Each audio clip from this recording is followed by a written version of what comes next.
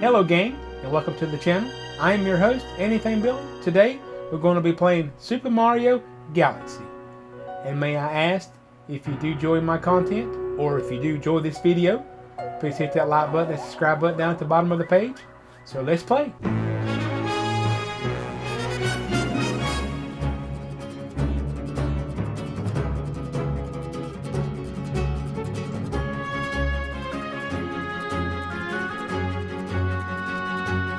Hello gang, welcome back to some more Super Mario Galaxy. As you've seen in the last video over here, we got all 120 coins.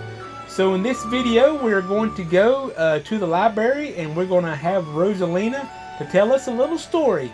So get your popcorn, get your blankets, get your pillows, get comfortable, and let's go have us a little story time.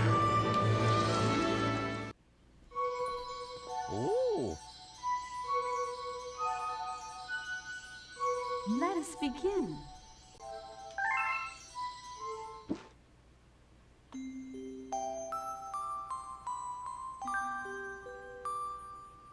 Chapter 1.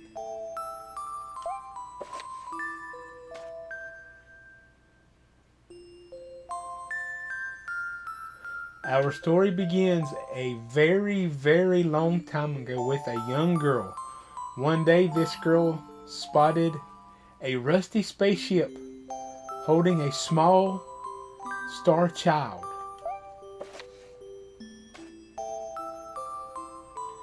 "What's your name? Are you lost?" the girl asked the star child. "I'm Luma, and I'm waiting for Mama. She's coming for me on a comet," said the star child, who had been waiting day and night. "Don't worry, I'll wait with you," the little girl promised Luma. After nightfall, the little girl borrowed her father's telescope and peered into the sky. She looked and looked, but saw nothing. Hours turned into days, then years, but still the sky revealed nothing. Finally, the little girl sighed and said to Luma, "If we stay here looking much longer, I'll be an old lady soon." But then she had an idea. "Why don't we go out there and find your mother ourselves?" The girl and Luma fixed up the rusty spaceship. Then the two set sail into the starry sky. And this is how the search for the celestial mother began. Chapter 2, Starbits. Days passed with no sign of the comet, or even a single planet. Instead, asteroids extended as far as the eye could see. "If I had known it was going to take this long, I would have packed more jam," said the little girl above the rumble of her tummy.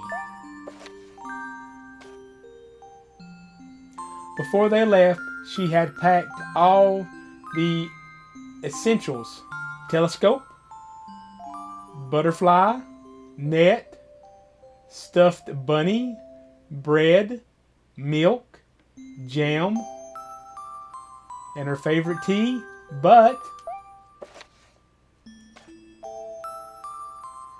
"I forgot to bring water."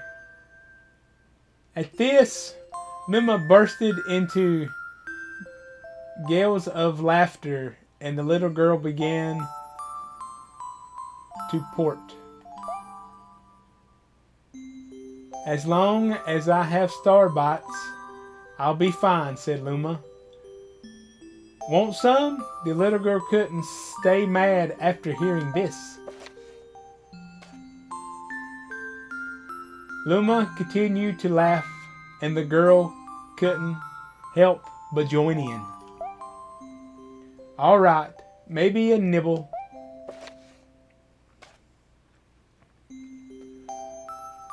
Leaning far out of the ship, the pair began to collect star bits with the girl's net. They almost fell out a few times, but they kept on collecting.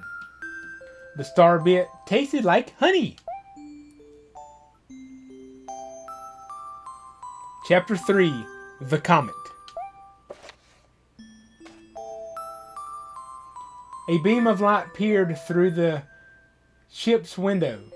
Thinking it was the morning sun, the girl peeled through the window, only to find a turquoise blue comet shimmering at her.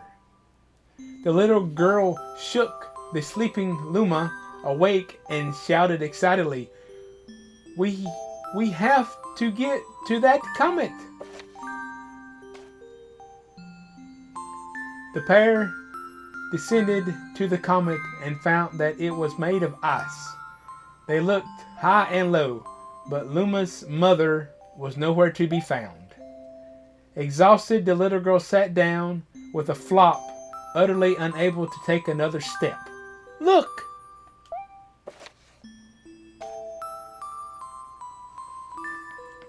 Peering down at the icy ground where Luma was pointing, the girl suddenly noticed clusters of star bits encased in the ice. "Pretty good, huh? Finding star bits is my specialty," said Luma, beaming. "There's ice here, but it's so warm. But I bet there's water here too." The two decided to stay on the comet for a while. Riding the turquoise comet, the pair continued their search for Luma's mother. Chapter 4: The Dream. One night, the girl dreamed about her own mother. "Where are you going?" she asked her mother's retreating back. Without turning, her mother replied, "Don't fret, dearest. I'm not going anywhere. I'm always watching over you, like the sun in the sky and the moon in the night." A wave of sadness washed over the girl. "What about when it rains, and I can't see the sun or the moon?" Her mother thought for a moment before responding. "I will turn into a star in the clouds and wait for your tears to dry." When she awoke, the girl's face was dripping with tears. "You have star bits in your eyes," the Luma said to the girl. Wiping her face, the girl replied, "These are tears, not star bits. I'm crying because I'll never see my mother ever again." At this, Luma began to cry too. "Mama, oh Mama, why?" The pair traveled through the starry sky, and through they encountered many other comets. Not one of them held Luma's mother. Luma was disappointed. Now, Luma, the rain clouds won't go away if you keep crying," the girl said, giving Luma a squeeze. "I'll give you a present if you stop." The girl closed her eyes and said gently, "I'll take care of you." With these words, she felt a small spark in her heart. Chapter 5: Home. "The kitchen will be here, and the library will go there," the girl said busily to herself. "We'll put the gate here." Ever since the girl took Luna under her care, she's been bustling about at a feverish pace.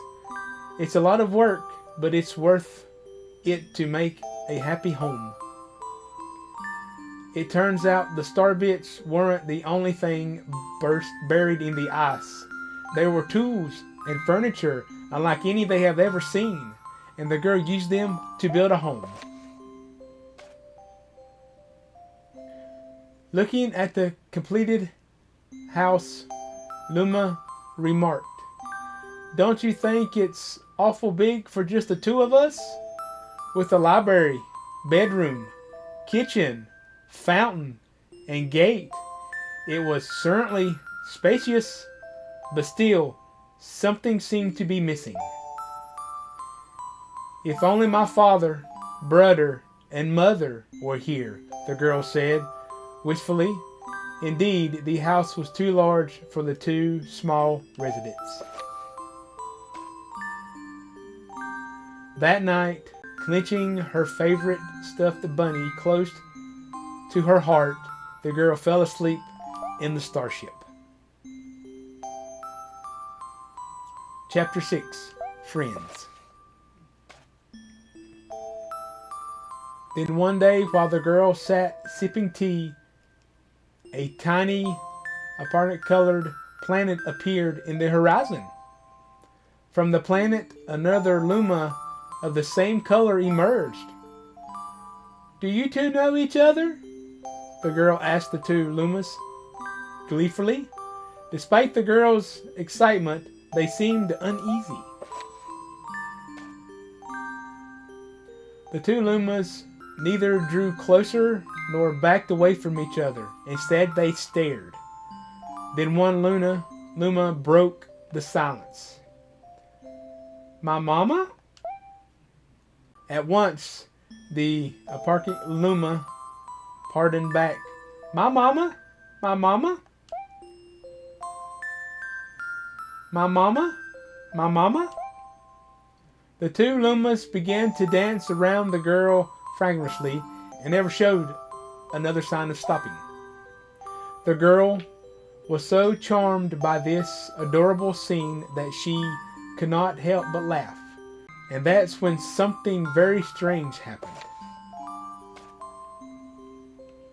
Suddenly, more Lumas began to pop out of the planet. They were different colors, but they all shouted the same thing. "My mama! My mama!" The sight of all the shooting Lumas only made the girl laugh harder. "What am I going to do with all of these children?" The Luna just stared blankly as she doubled over laughing. "I guess we have to name each and every one of you." Tomorrow, once she had finished naming them all, she would begin moving all the Lumas into the new house. Chapter 7. The Telescope. After seeing their 100th comet, a sudden thought popped into the girl's head. "I wonder if my home planet is still as blue as it was." That's when she remembered her father's telescope. Peeking into the telescope, a tiny blue dot floated into sight. It was smaller than a starbit. "How strange! It's so far away, but it feels so close." She twisted the knobs of the telescope, and the blue dot grew until she could make out a grassy hill dotted with flowers. It seemed very familiar to her. Zooming ever closer, the terrace on the hill came into view. "I used to go stargazing there when I lived on my home planet." She remembered rubbing the sleep out of her eyes as she followed her father up that hill to look at the stars. She remembered how she and her brother would sled down that hill. She remembered having picnics with her mother on that hill on bright and windy days. And "I want to go home. I want to go home right now." The girl busted into tears, and the Lumas didn't know what to do. "I want to go home. I want to go home back to my house by the hill. I want to see my mother." The girl was shouting now, her face wet with tears. but I know she's not there. I know all along that she wasn't out there in the sky because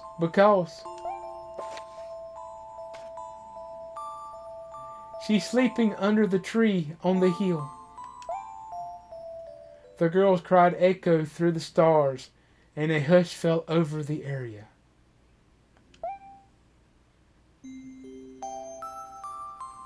Chapter 8.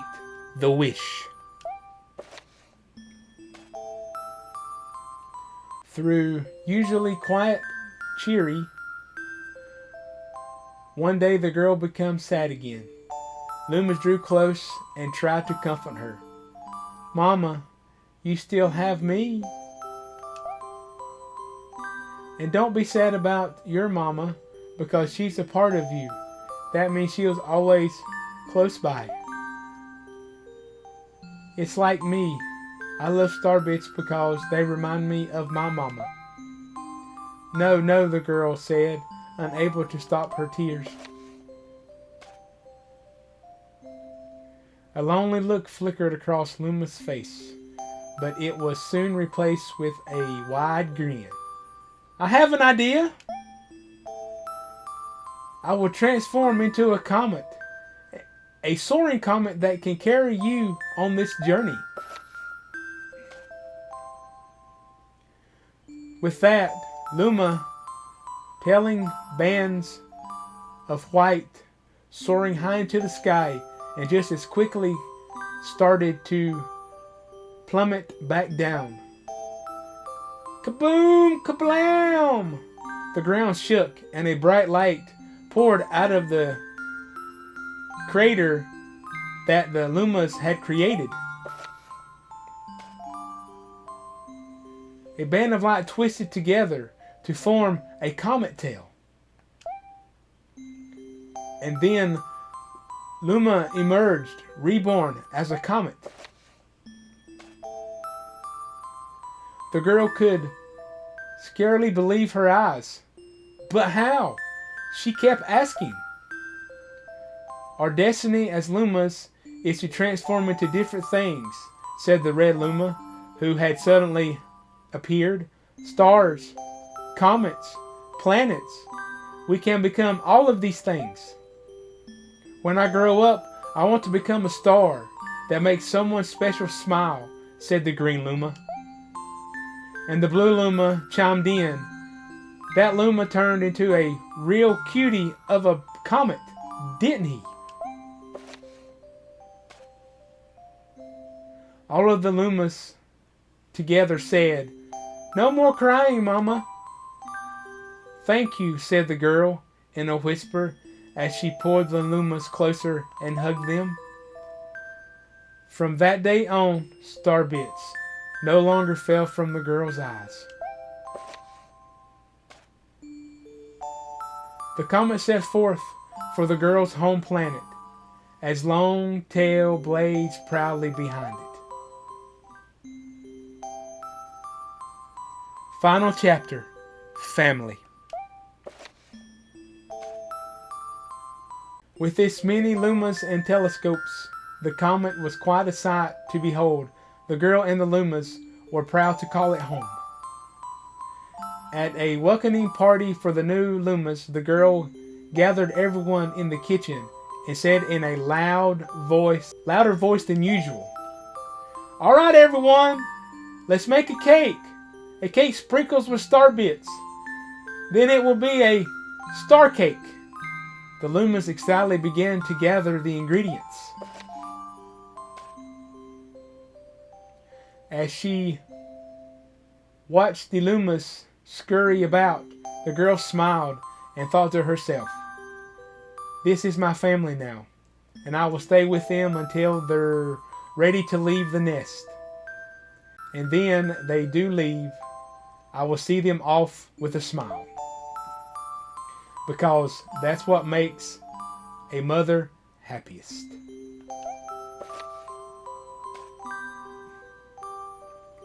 That night when the girl lay down to sleep, a soft light enveloped her and reminded her of the blue planet she once called home. but it would be nice to return home once every 100 years to nap at my favorite sleeping nook. The comet carried the Loomis and the girl continue on their journey to this very day. With more family members in tow than could be counted, it's said that the comet visits the girl's home planet once every 100 years, its proud white tail glittering in the sky. The end. Good night.